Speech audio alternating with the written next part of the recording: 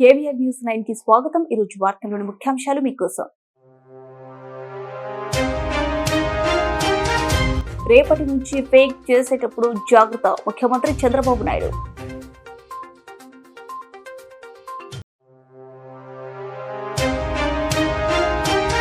Singareni coal mines కార్మిక సంఘం ఆధ్వర్యంలో ఈటెల బహిరంగ సభ.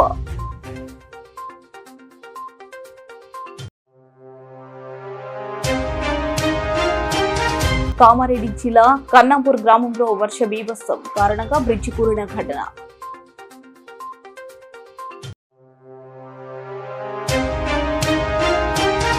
ఎమ్మెల్సీ కవితపై బీఆర్ఎస్ అధిష్టాన వేటు అంశంపై స్పందించిన ఎమ్మెల్యే మల్లారెడ్డి. రేపటి నుంచి ఫేక్ చేసేటప్పుడు జాగ్రత్త, వైఎస్ జగన్మోహన్ రెడ్డి. ఎరువుల కొరత ఉందని చెబితే అక్కడికి నేనే వెళ్తా. ఒకవేళ నిజంగా యూరియా కొరత ఉంటే అధికారులపై చర్యలు, యూరియా కొరత లేకున్నా దుష్ప్రచారం చేస్తే జైల్లో వేస్తావు, ముఖ్యమంత్రి చంద్రబాబు నాయుడు. ఈ రోజు మా కలెక్టర్స్ అందరికీ చాలా స్పష్టంగా ఆదేశాలు ఇచ్చా. ఎవ్రీ డే మీరు మానిటర్ చేసుకోండి. జిల్లాలో ఒకవేళ ఒక షాప్ లో ఉండి ఒక షాప్ లో అవసరమైతే మీరే ట్రాన్స్ఫర్ చేసుకోండి. ఏ ఒక్క రైతు మాకు ఎరువులు లేదనకుండా చూసుకునే బాధ్యత మీది. అదే సమయంలో ఎక్కడన్నా గానీ ఎరువులు లేదంటే నేనే అక్కడికి వెళ్తా, నేను అక్కడ చూస్తా. మా వాళ్ళ తప్పుంటే యాక్షన్ తీసుకుంటా. కావాలని ఇలాంటి న్యూస్ చేస్తే వాడిని తీసిపోయి బొక్కలో పెట్టి అక్కడి నుంచి పనిష్ చేస్తాం. తమాషా అనుకోవద్దండి. రేపటి నుంచి ఎక్కడ జరిగినా సరే రాష్ట్రం మొత్తం రైతాంగానికి అందరికి విజ్ఞప్తి చేస్తున్నా, మీరు రాజకీయాల్లో మీరు భాగస్వాములు కావద్దండి. రైతులుగా ప్రవర్తించండి. మొన్నే 7,000 రూపాయలు మీ అకౌంట్ లో వేసాం. అన్నదాత సుఖీభవ. అదే మరి ఈ రోజు రాష్ట్రంలో పుష్కలంగా నీరంతా ఇచ్చాం. 95% రిజర్వాయర్ల నీళ్లు నింపాం. పోయిన సంవత్సరం నీటి కొరత లేకుండా చేశాం. ఈ సంవత్సరం కూడా మళ్లీ అన్ని రిజర్వాయర్లు నీళ్లు నింపి భవిష్యత్తులో కూడా వాటర్ సెక్యూరిటీ కోసం పనిచేస్తున్నాం. అదే మరి ఎక్కడికి ఎవ్వరికి ఇబ్బందులు లేకుండా ఫెర్టిలైజర్స్ గానీ పెస్టిసైడ్స్ గానీ అన్ని కూడా మానిటర్ చేస్తున్నాం. జయశంకర్ భూపాల్పల్లి జిల్లా కేంద్రంలో సింగరేణి కోల్ మైన్స్ కార్మిక సంఘం ఆధ్వర్యంలో నిర్వహించిన కార్మిక పోరాట బహిరంగ సభకు మల్కజ్గిరి పార్లమెంట్ సభ్యులు ఈటెల రాజేందర్ హాజరయ్యారు. సింగరేణికి వచ్చిన ఆదాయంలో 40% బోనస్ కార్మికులకు అందజేయాలని డిమాండ్ చేశారు. సింగరేణిలో రోజుకు రెగ్యులర్ ఉద్యోగులు తగ్గి కాంట్రాక్ట్ ఉద్యోగుల సంఖ్య పెరుగుతుందని, రెగ్యులర్ ఉద్యోగులకు అందించే వసతులన్నీ కాంట్రాక్టుకు ఉద్యోగులకు అందించాలని అన్నారు. ఓపెన్ కాస్ట్ గన్లను ప్రైవేటు పరం చేసి దోపిడీకి గురి చేసే బదులు సింగరేణి తన అనుభవాన్ని రంగరించి బావులనే కొనసాగించడం మంచిదన్నారు. మరిన్ని గన్నులను ప్రారంభించి నిరుద్యోగులకు ఉపాధి అవకాశాలు కల్పించాలన్నారు. రెగ్యులర్ ఉద్యోగుల తరహాలో కాంట్రాక్టు ఉద్యోగులకు కూడా సమానమైన వేతనం అందించాలన్నారు. డిపాజిట్లతో వెలుగొందిన సింగరేణి జీతాలు ఇవ్వడానికి బ్యాంకుల్లో అప్పు చేయాల్సిన పరిస్థితి ఏర్పడిందన్నారు. రాష్ట్ర ప్రభుత్వం 43,000 కోట్ల బకాయిలు ఉండటంతో సింగరేణి దివాలా తీసిందన్నారు. ప్రభుత్వం బకాయిలను వెంటనే చెల్లించి సింగరేణిని కాపాడాలని ఆయన కోరారు. కార్మిక సంఘం వద్దని చెప్పిన ఉద్యమానికి కార్మిక సంఘానికి పురుడు వచ్చిన నాయకులు, తెలంగాణ బొగ్గుగని కార్మిక సంఘానికి పురుడు వచ్చిన నాయకులు వారి సమస్యను సింపుల్ గా అర్థం చేసుకుని పరిష్కార మార్గాన్ని చూపుతారు. కనుక మేమందరం కూడా ఆలోచించినాం. ఆ సింగరేణి తల్లి దయ వల్ల సింగరేణి మరో చరిత్రగా, అంటే గతంలో 1,17,000 మంది కార్మికులు ఉద్యమ నాయకులు కనుక వారిని వేదికకు పరిచయం చేసి తద్వారా వారికి మేనేజ్మెంట్ కు తెలియజేయాలి, ప్రభుత్వానికి తెలియజేయాలనే ఉద్దేశంతో వారి మనందరి మాట మన్నించి వచ్చినందుకు వారికి ప్రత్యేకంగా ఊపాలపై కార్యక్రమానికి ధన్యవాదాలు కోరుతా ఉన్నాం.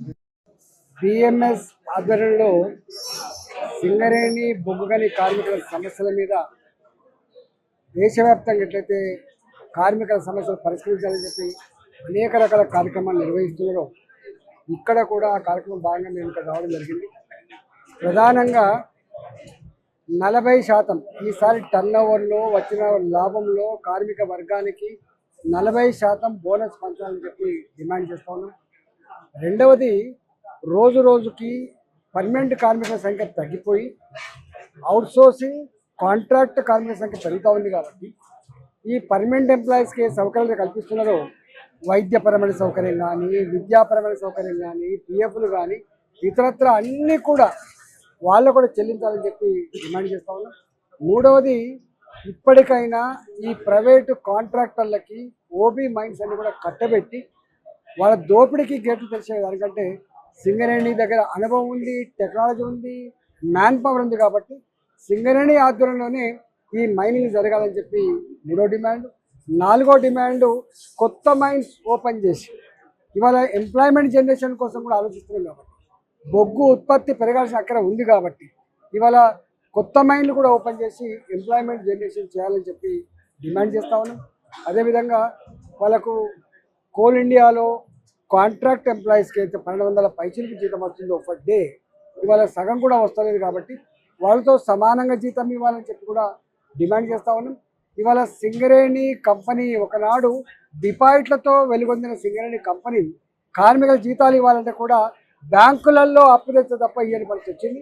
43,000 కోట్లు సింగరేణి ఆధ్వర్యంలో ఉన్నటువంటి జెన్కో స్టేషన్ కానీ సింగరేణి బొగ్గు తీసుకొని తెలంగాణ రాష్ట్ర ప్రభుత్వం ఇవ్వాల్సే కానీ మొత్తం కలిస్తే 43,000 కోట్ల రూపాయలు ఇవాళ తెలంగాణ సర్కారు బాకీ పడి ఇవాళ సింగరేణి దివాళా తీస్తుంది కాబట్టి వెంటనే చెల్లించి సింగరేణిని మళ్ళా పూర్వవైభవం తేవాలని చెప్పి డిమాండ్ చేస్తారు. కామారెడ్డి జిల్లా లింగంపేట మండల కన్నాపూర్ గ్రామంలో బీభత్సం వర్ష కారణంగా చౌదరి చెరువు సుమారుగా 100 మీటర్ల వెడల్పుతో తెగిపోవడం వల్ల చెరువులో ఉన్న నీటి మొత్తం ఎడారిలా మారిపోయింది.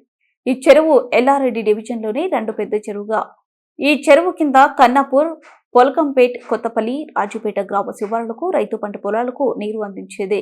కానీ దురదృష్టవశాత్తు ప్రమాదవశాత్తు విలేజ్ లోకి వెళ్లే ముందు ఒక బ్రిడ్జ్ కొట్టుకుపోవడం చే కన్నాపూర్ గ్రామస్తులకు రాకపోకలకు ఇబ్బంది. మరి ఇప్పటి వరకు కూడా 3 రోజులుగా తినడానికి తిండి, తాగడానికి నీరు లేక కన్నాపూర్ రైతులు అపన్నహస్తం కోసం ఎదురు చూస్తున్నారు. అయినప్పటికీ కూడా ఏ ఒక్క అధికారి కూడా విలేజ్ ని సందర్శించిన ఘటన లేదు. ఇప్పటికైనా అధికారులు చొరవ తీసుకుని కన్నాపూర్ గ్రామస్తులకు తాగడానికి నీరు, తినడానికి తిండి, కరెంటు తీగలు తెగిపోవడం మరమ్మతులు చేయడం, రోడ్డు మరమ్మతు చేయడం, తూము చెరువు మరమ్మతు చేయడం చేయాలని రైతులు బోరున విలిపిస్తున్నారు.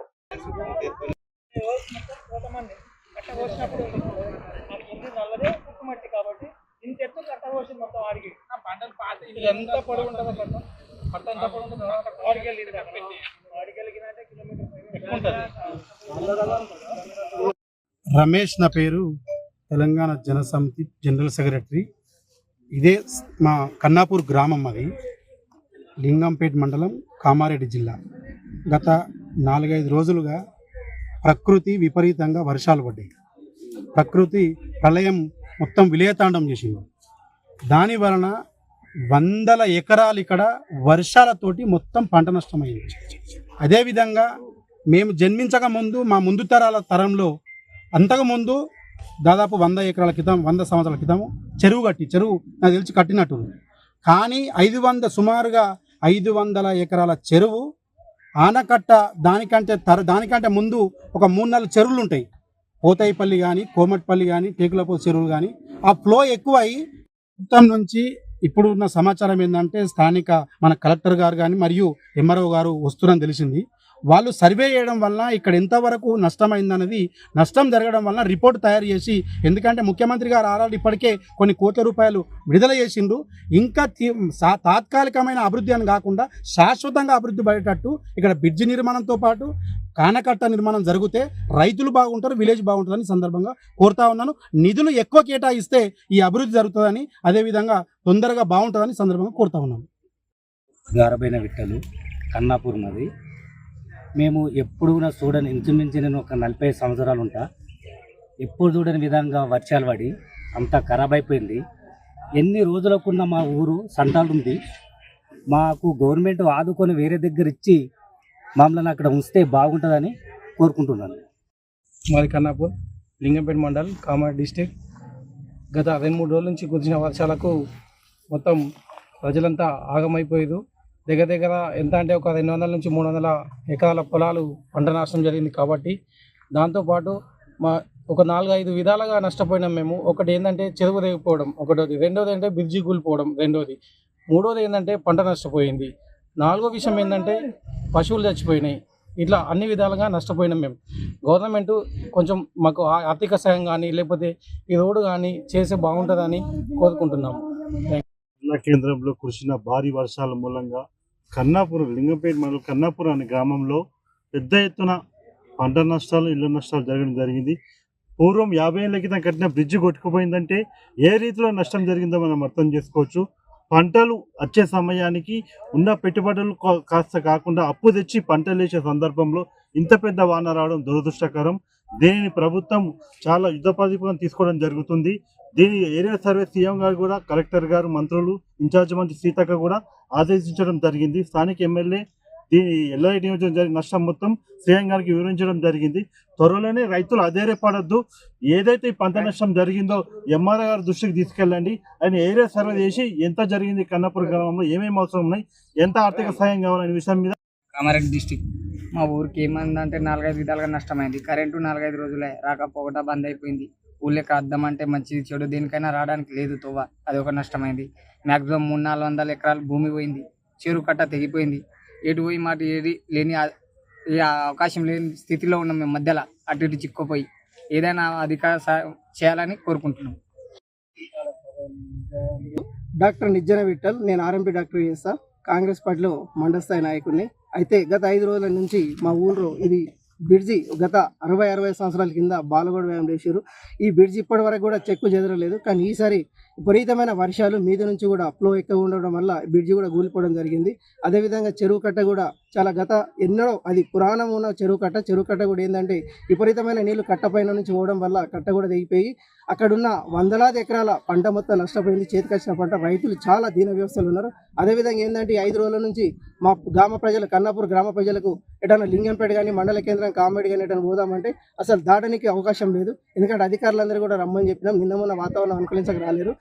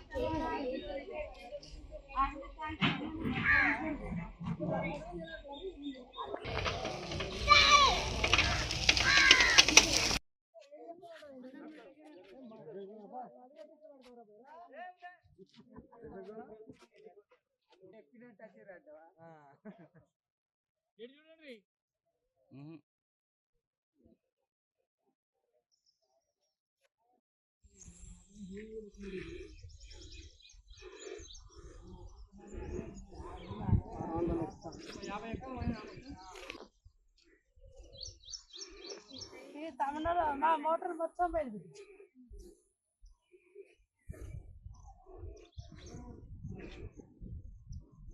4 గంటలకు గుంజేసింది. సాటర్డే హోళ తట్టింది.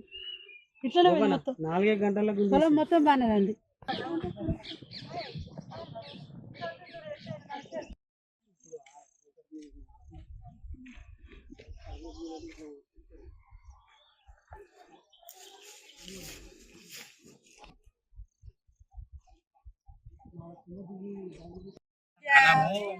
చెప్పడానికి చెప్పడానికి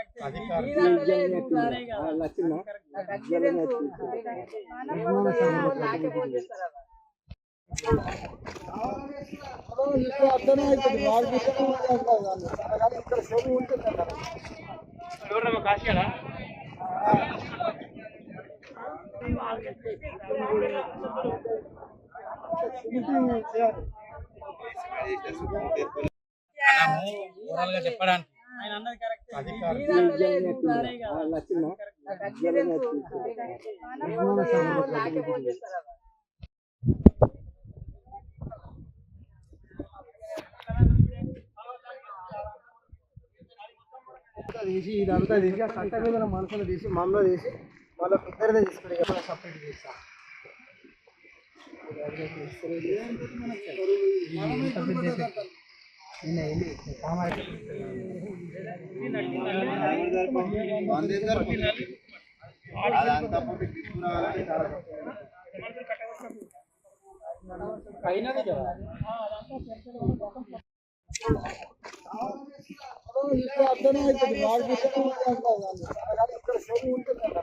సికింద్రాబాద్ ఎమ్మెల్సీ కవితపై బీఆర్ఎస్ అధిష్టానం వేటు వేసిన అంశంపై మాజీ మంత్రి మేడ్చల్ ఎమ్మెల్యే మల్లారెడ్డి స్పందించారు. బోయిన్పల్లి శ్రీ వెంకటేశ్వర లారీ అసోసియేషన్ ఆధ్వర్యంలో జరిగిన గణనాథుడి ప్రత్యేక పూజ కార్యక్రమంలో పాల్గొన్న ఆయన ఈ వ్యాఖ్యలు చేశారు. బీఆర్ఎస్ పార్టీని ధిక్కరించిన కవితపై వేటు వేయడం సరైన నిర్ణయమేనని అన్నారు. కేసీఆర్ కు కొడుకు కూతురు ముఖ్యం కాదని పార్టీయే ముఖ్యమని అన్నారు. బీఆర్ఎస్ పార్టీని ధిక్కరించే వారికి ఇదే గతి పడుతుందని అన్నారు. దేశవ్యాప్తంగా ఇలాంటి సస్పెన్షన్లు ప్రతి పార్టీలో జరిగాయని, ప్రతి కుటుంబంలోనూ గొడవలు ఉండటం సహజమని తెలిపారు. కాళేశ్వరం విషయంలో సిపిఐ కాదు ఎవరు ఏమి చేయలేరని, కేసీఆర్ లాంటి గొప్ప వ్యక్తి తెలంగాణకు నాయకుడిగా ఉండటం మనందరి అదృష్టమన్నారు. తెలంగాణ రాష్ట్ర ప్రభుత్వం కాళేశ్వరం కూలిపోయిందని తప్పుడు ప్రచారం చేస్తున్నారన్నారు. కాళేశ్వరం లాంటి బహుళార్థ సాధక ప్రాజెక్టులను నిర్మించిన ఘనత కేసీఆర్ కి దక్కిందని, కాంగ్రెస్ ప్రభుత్వం ఈ అంశంపై ప్రజలను తప్పుదోవ పట్టిస్తూ డ్రామాలు చేసిందని ఆగ్రహం వ్యక్తం చేశారు.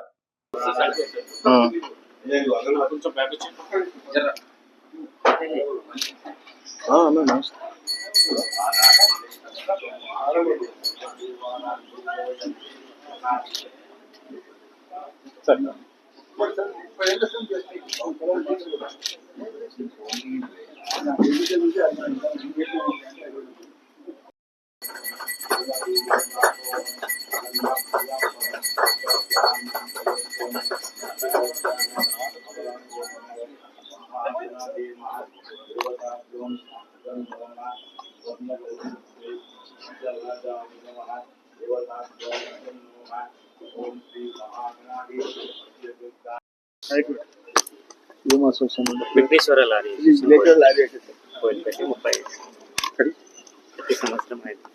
మన బోయిన్పల్లిలో గత 30 సంవత్సరాల సంధి విఘ్నేశ్వర లారీ అసోసియేషన్ వాళ్ళు ఉంటున్నారు. వాళ్ళ పెద్ద ఎత్తున గత 30 సంవత్సరాల సంధి కూడా ఇక్కడ వినాయకుడిని పెట్టి వినాయక చవితి నాడు పెద్ద ఎత్తున లారీ అసోసియేషన్ చాలా ఒక టైంలో బోయిన్పల్లి అంటే లారీ అసోసియేషన్ చాలా పెద్దగా ఉండే వాళ్ళు. ఇప్పుడు అంతా వివిధ వ్యాపారాలతోటి పెద్దగా అయిపోయారు కాబట్టి ఆ విఘ్నేశ్వరుని స్వామి ఆశీర్వాదంతో ఇప్పుడు కూడా అదే రోజు ఇప్పటికి కూడా 5,000 మందికి రోజు అన్నదానం ఉంది. నేను ప్రతి సంవత్సరం కూడా వచ్చి ఇక్కడ పాయసం చాలా ఫేమస్ ఇక్కడ. ఆ పాయసం కోసం ఆ భగవంతునికి ఆశీర్వాదం తీసుకొని ఆ పాయసం తినిపోతుంది ఇక్కడ. అదే ఆనవాయితీతోటి ఈరోజు కూడా వచ్చిన వాళ్ళందరూ కూడా గొప్పలు కావాలి. మా లారీ వాళ్ళంతా అసోసియేషన్ వాళ్ళంతా పెద్దోళ్ళు కావాలి. మంచిగా భగవంతుని ఆశీర్వాదం ఉండాలని కోరుకుంటున్నాను. చూడు, కేసీఆర్ దగ్గర బిడ్డైనా కొడుకైనా ఎవరైనా అంతే పార్టీని ధిక్కరిస్తే సస్పెండ్ చేయవలసిందే. సెకండ్ ఆప్షన్ లేదు. కేసీఆర్ అంటే మీకు తెలియదు, ఆయన ఒక పెద్ద ఇది యుగ పురుషుడు భారతదేశంలోనే. అలాంటి మనిషి బిడ్డే కొడుకు ఆయనకు ప్రజలు ఇంపార్టెంట్, తెలంగాణ ఇంపార్టెంట్, బిడ్డే కొడుకు కాదు. కాబట్టి ఆయన దేనికైనా తెగిస్తాడు. అలాంటి మనిషి మనకు దొరకడమే, కేసీఆర్ లాంటి దొరకడమే మన అదృష్టం. అరే కాళేశ్వరం లేదు ఏం లేదయా. నువ్వు 3 లక్షల మెట్రిక్ టన్నుల ధాన్యం పండించిన ఘనత కేసీఆర్ దయా. వీళ్ళేంది అంతా 3D సినిమా లెక్క డ్రామాలు ఆడుకుంటా కాళేశ్వరం అని కూలిపోయిందని అదని ఇదంతా బక్వాసయా. ఏందది కేసీఆర్ అంటే? ఓ చరిత్ర, ఒక హిస్టరీ. భారతదేశంలో తెలంగాణలో ఒక ఆదర్శ రాష్ట్రంగా తీసుకుపోయిండు. ప్రపంచం అంతా ఎదురు చూసింది కేటీఆర్ కోసం, కేసీఆర్ కోసం. అలాంటి మనుషులను పట్టుకొని కాళేశ్వరం అని, కేసు అని, సిబిఐ అని ఏంటది? అది కరెక్ట్ కాదు. ఇట్లా చేస్తే ఈ సిబిఐలు, ఈ కేసులు ఇవన్నీ కూడా ఆయన అద్రగణం చేస్తే ఏ సీఎం కూడా పనిచేయలేడు.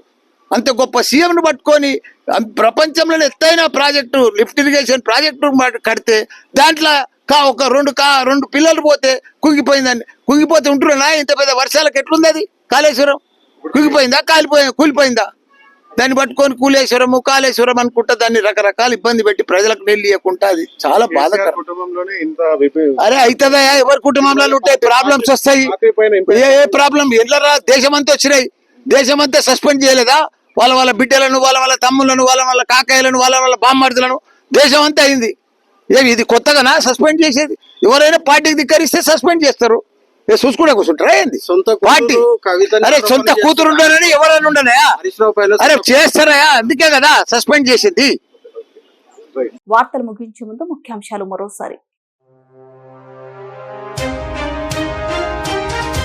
రేపటి నుంచి ఫేక్ చేసేటప్పుడు జాగ్రత్త, ముఖ్యమంత్రి చంద్రబాబు నాయుడు.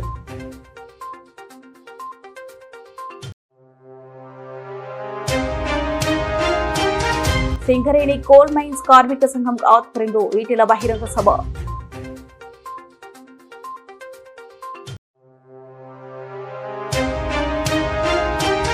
కామారెడ్డి జిల్లా కన్నాపూర్ గ్రామంలో వర్ష బీభత్సం కారణంగా బ్రిడ్జి కూలిన ఘటన.